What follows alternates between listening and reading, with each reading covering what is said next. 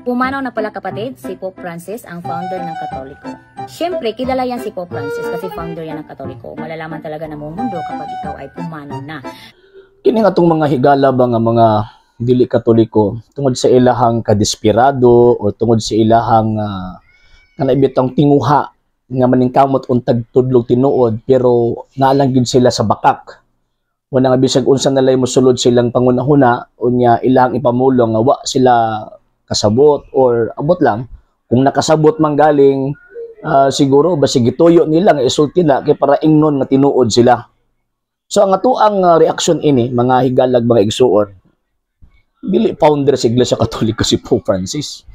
Madam kung pastuya man dili founder si Pope Francis sa Iglesia Katolika. Ngano man kay wa pa siya nahimong papa, wala pa siya nahimong obispo, wala pa siya nahimong pari, wala pa siya nahimong seminarista, naana ang simbahang Katoliko. Existido na ang simbahang Katoliko. Igo lang siya ni Saksib, igo lang siya ni Puli, kang Pope Benedict XVI, nga gipulihan pod niya si Pope John Paul II. O si Pope John Paul II, gipulihan pod niya si Pope John Paul I. Si Pope John Paul I, gipulihan si Pope Paul VI. Pope John, ayun. So hangtod mo sangko na kang San Pedro. For your information, kung wala pa kakabalo madam, ang founder sa Santa Iglesia Katolika Apostolika Romana mao ang atong Ginoong Hesus Kristo.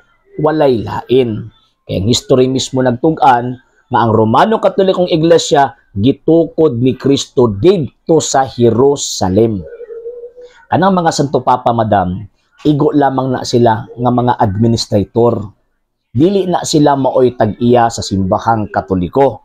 Kay ang tag-iya sa simbahang Katoliko ang mismong founder niini, mao ang atong Ginoong Hesus Kristo. Muna kung tinuod jud ka nga nagtuo kang Ginoong Hesus Kristo, sundon nimo si Kristo. Imong tumanon ng atong Ginoong Hesus Kristo. And at the same time, sa samang pagkaagi, dapat magpasakop ka sa iglesyang gitukod ni Kristo. O kanang iglesia hamadam, mauna ang Santa Iglesia Katolika Apostolika Romana. Wala na ilain. Munang diha nangulo si Pope Francis. Again, madam ha, si Pope Francis, dili siya founder sa Iglesia Katolika. Dili. So, lugoon lang siya ni Kristo. Magbataw ang iyang title, Vicarius Christi, the Vicar of Christ or the representative of Christ. Dili siya ang founder sa Iglesia Katolika. Dili siya ang owner sa Iglesia Katolika. Si Kristo ra ang owner ana. Si Pope Francis again piniyalan lamang siya sa iglesyang gitukod ni Kristo. So for your information madam ha, para at least kung manudlok ka sa umaabot, at least kanang imong mga membro, makakatpunpod og kanang tinuod nga information, dili nang fake news. Fake news man na, fake information man na nga moingon ta nga si Pope Francis kining founder sa Iglesia Katolika. So sa bisag kinsa nga membro ini nga pastoya, so tiin na inyo pastoya nga pastoya. Kung pwede dili lang ta magpataka og yawit, dili lang ta magpataka og hatag information nga dili mao ang tinuod nga information. Kay maapil ta ng fake information or sa social media pang term fake news. Okay?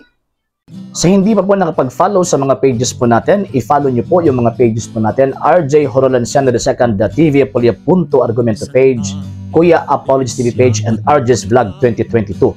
And pwede rin po kayo mag-send po dyan ng Facebook stars. And also, sa ating po mga channels, sa hindi po nakapag-subscribe, subscribe po ninyo yung mga channels natin, The Lay Catholic, Apologist International Official, RJ Sano II TV, Kuya Apologist TV, and Barrio Kawayan Religious Forum.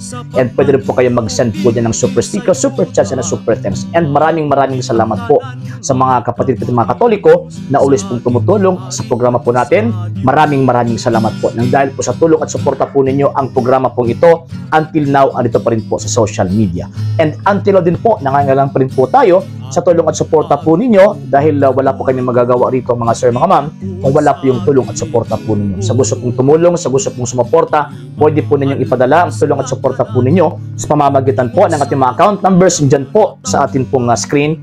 And pwede nyo po kaming i-message sa ating pong page kung via remittance po yung papadala po ninyo. Maraming salamat po in advance.